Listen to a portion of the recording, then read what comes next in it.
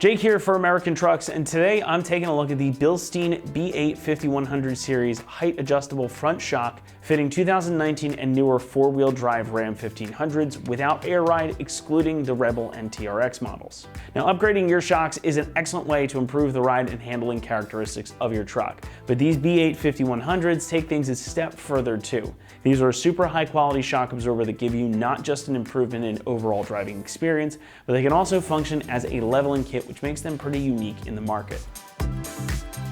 Now, I don't like to mince words when it comes to suspension modifications. When it comes to getting some kind of lift or level in your truck, yes, we all want the look, but it needs to ride well too, and nobody does ride and handling quite like Bilstein. Now, I've had Bilsteins on several of my own vehicles, trucks, and cars, including a set of these B8 5100s, and they never fail to impress. The B8 5100 has some really cool features to it, and the biggest of which is that you can adjust the physical height of where this spring perch sits, effectively giving you either a factory ride height or up to a 2.6 inch level. So these grooves right here in the shock body that you see allow for some adjustment. You've got a snap ring down here, so you can have these set at a totally stock height like this one is set at right now by setting it at the bottom, or you can crank it up to what is essentially a 2.6 inch level by putting it at the top groove here. It's a super easy way to level out your truck. You don't need to do anything additional, no blocks or anything. And if you want to set it back to stock at some point or adjust it down a little bit, it's a pretty simple process too. Now, running these in their highest setting also means that you can get larger wheels and tires on your truck. In this case, running them at that top setting means you can get up to 33-inch tires on there without much issue. However, high offset wheels or really beefy 33-inch tires may require you to do some trimming, so we recommend sticking with a more mild 33-inch to save yourself from having to deal with that. This will also work really well if you've already got a lift on your truck and you're just looking to upgrade the shock absorbers. So this will pair with anything up to that 2.6 inches of lift. Now, having that adjustability is really cool, but you've got to have some solid damping to match. Otherwise, the ride is going to be severely compromised, especially if you go for that lift. But of course, Bilstein's got you covered there too. The B8 5100 features digressive valving technology, and that's going to allow the shock to instantly react to impacts and varying road surfaces. So inside of the body here, you've got self-adjusting deflective disc valves. That's going to allow for more variability in both rebound, compression, and travel. And it's just going to add up to more control for you out on the street or on the trail. And despite this being non-adjustable and a monotube shock without a remote reservoir, the damping here is excellent, and you can definitely feel the difference in body control versus stock. Now, Bilsteins always tend to ride a bit on the firmer side, especially as compared to stock, but the 5100s are not going to ruin the ride quality by any means. In fact, it stays pretty much the same, just a bit more firm and again, more controlled. It's a shock that really doesn't compromise in any way. Construction, as is typical with Bilstein's offerings, is excellent here too. You get a 46mm diameter shock body that is zinc plated for durability and good looks. Inside, you've got chromed and hardened piston rods and those self-adjusting disc valves that we were talking about a moment ago. You also get a new spring perch and mounting hardware too, giving you everything you need to replace your shock. Now, Bilstein does back these up with a lifetime warranty against defects, and I can tell you from experience that they're very good about honoring that. Just make sure you save your receipt. Pricing will come in at just about $200 per shock, and as you've noticed by now, no doubt, I've only got one shock up here on the table, and that is because these are sold separately. So make sure you make that quantity too when you go to buy them. Now, that $200 price point does put this about in the middle of the range price-wise for shock for this gen of Ram, but that seems to be about right. Now, you aren't getting things like adjustable damping or a remote reservoir, so you're saving a bit on cost there, but these are still going to provide you with excellent damping control and the ability to level out the front end of your truck too. So if you're shopping for shocks and you aren't looking to lift your truck all the way to the sky, you really can't go wrong with these. They're a perfect setup for a daily driver, and there's a matching rear shock for this same series as well, so I'd highly recommend doing all four corners together. It's going to make a big improvement in how your truck drives and handles. Installation is going to get a strong 2 out of 3 on our difficulty meter, and each shock should take you about an hour to complete. Again, you're going to have to do these in pairs, so just keep that in mind. You are going to need access to a spring compressor to accomplish this job, as you do need to transfer over your stock spring and top hat too. That's where we get that 2 out of 3 from, the strong 2 out of 3 no less. This can be a bit finicky. Spring compressors are a little difficult, but if you've got the right tools and you take your time and be safe about it, this is certainly something you can do at home. And to show you just what's involved, let's head on over to the install bay and we'll walk you through it. Tools required for this install include a couple different size impact guns, a hammer, 16 and 21 millimeter ratcheting wrenches, a 15/16 wrench, a 6 millimeter Allen wrench, a clip remover tool, a ratchet, a straight through ratchet, an extension, 8, 18 and 21 millimeter sockets, 13 and 21 millimeter swivel sockets, a straight through extension and 18 millimeter socket, a hook, a pry bar, a spring compressor, and pole jacks or jack stands. What's up guys? Today we're installing a front shock on our Ram, so let's get started. So we can grab our 13 millimeter socket to remove this bolt holding our brake line in place. And then we can grab a clip remover tool to pop out the clip in our upper control arm, holding our ABS line in place.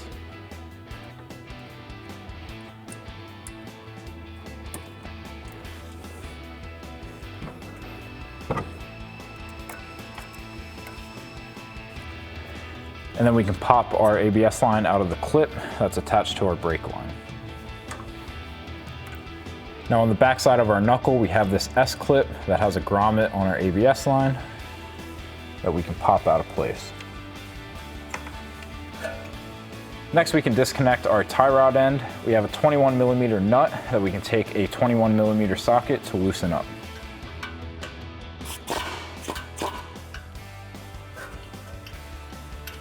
And then once we have our nut loosened up, we can take a hammer to smack the side of the knuckle to break this free.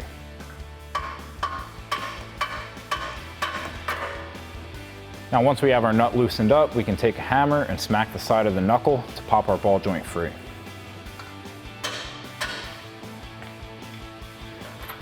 And then we can thread the rest of our nut off and throw it back on so that we don't lose it. Next, if we come to the bottom side of our lower control arm, we have an 18 millimeter nut holding our sway bar end link into place. So we'll grab an 18 millimeter socket to take that off.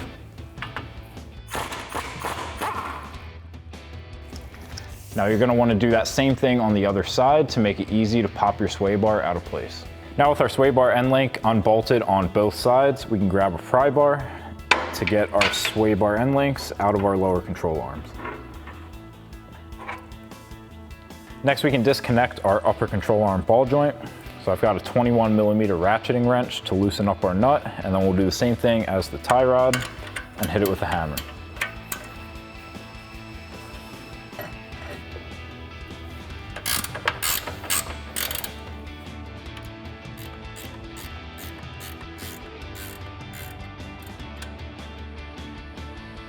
And then once we have that loose, we'll give the knuckle a couple smacks with a hammer to pop our ball joint free.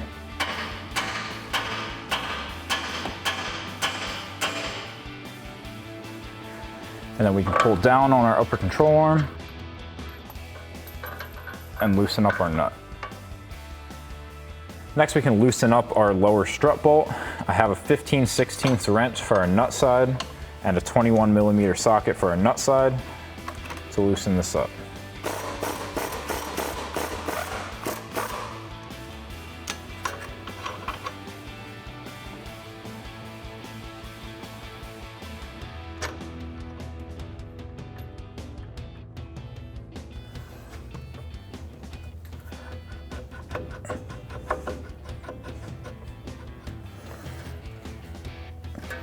And to get the bolt the rest of the way out, I'm just going to grab a wrench on the flat side of the bolt and pull backwards while loosening it up with a 21 millimeter socket.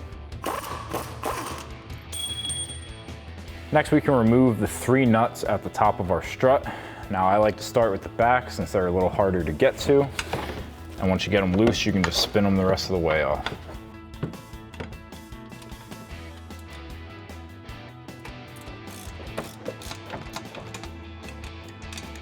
I'm using a 16 millimeter ratcheting wrench to remove these nuts.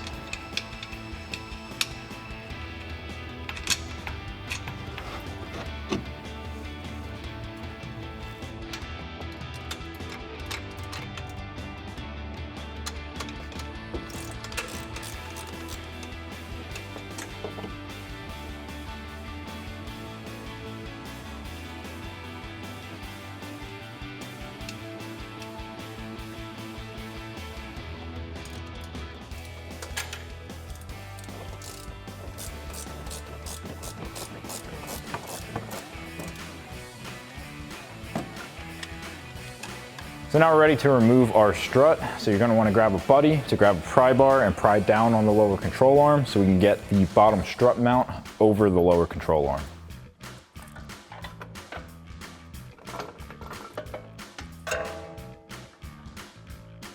So now that we have our strut removed, we've brought it over to our spring compressor.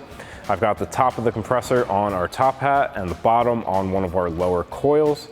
We're gonna be transferring over both of those to our new shock. So I've got an 18mm straight through socket to get onto our nut and an 8mm socket for the stud. So we can take that off and get our new shock installed. So now with everything lined up, we can go ahead and compress our spring.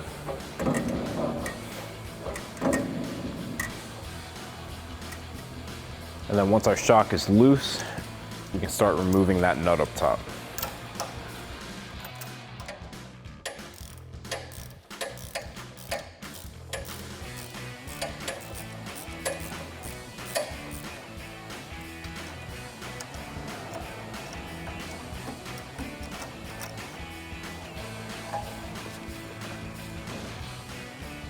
So now before we install our spring and top hat onto our new shock, we need to assemble it first.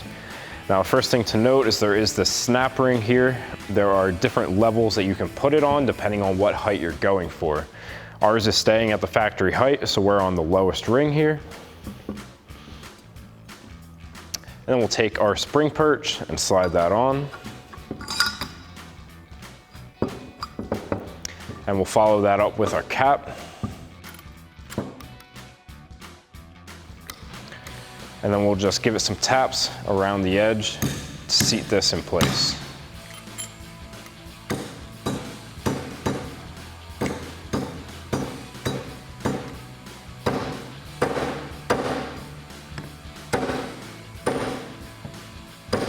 And now that we have our shock assembled, we can get this back over to the spring compressor, get our spring on, and tighten down our nut.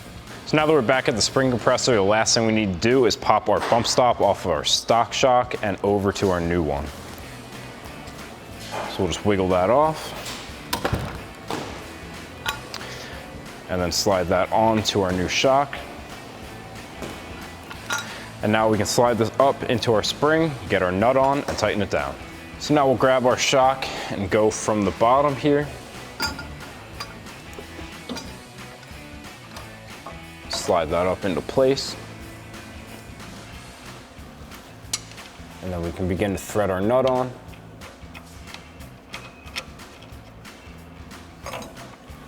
Now before you tighten everything down, you want to make sure that your bottom mount is straight with the single bolt up top.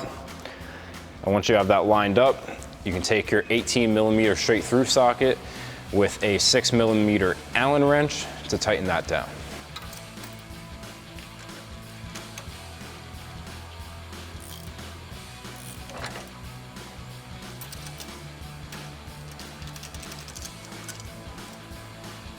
Now once you have that nut tightened down, you'll do one more check to make sure the center of our bottom mount is lined up with our single stud here. And once everything checks out, you can relieve pressure on the spring.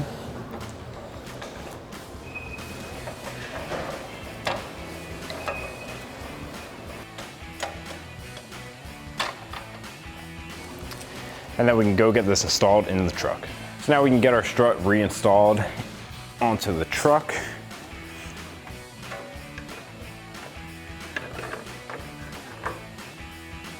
And we'll thread on those nuts hand tight for now.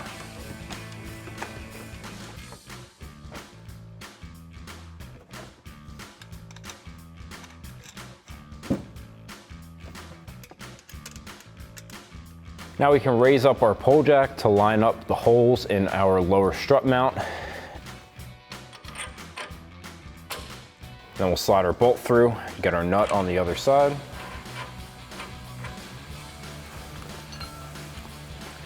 And then we'll take a 21mm socket and a 15/16 wrench to tighten that down.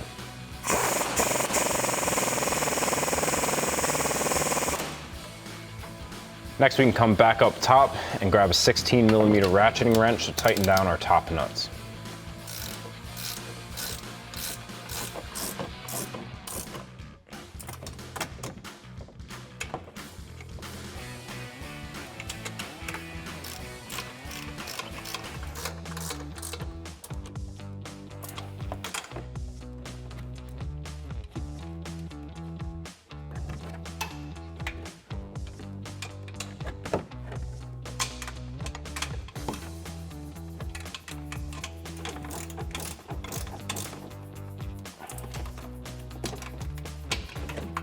Next, we can reconnect our upper control arm ball joint to our knuckle. I've got a pry bar wedged in between our upper control arm and one of the spring coils so that we can pull that down and into place.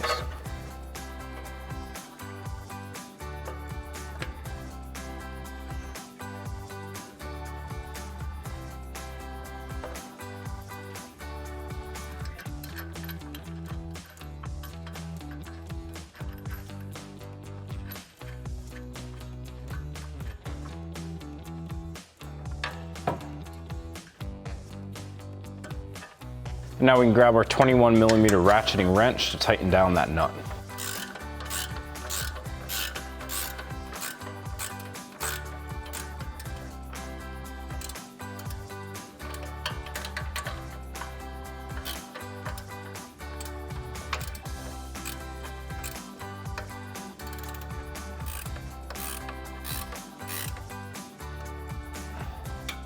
Next, we can reinstall the bolt on our brake line bracket. And we'll take our 13 millimeter socket to tighten that down.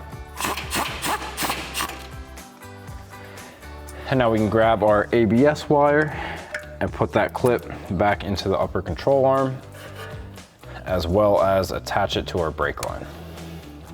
Next, we can keep following our ABS wire down to our S-clip and pop that grommet back into place. Next, we can grab our tie rod and put that back into our knuckle and reinstall that 21 millimeter nut.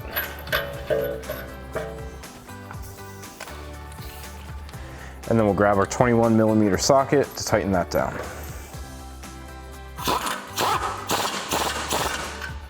And now lastly, we can get our sway bar end link pushed into the hole, and then we'll pull down on our sway bar, reinstall our 18 millimeter nut, and tighten that down with our 18 millimeter socket. And then we can also do that same thing with our end link on the other side. So that'll wrap up this review and install of the Bilstein B8 5100 series front shock for 0 to 2.6 inch lift on your 2019 and newer 4-wheel drive Ram 1500 without air ride and excluding the Rebel and TRX. Thank you for watching, and for all things Ram, keep it right here at AmericanTrucks.com.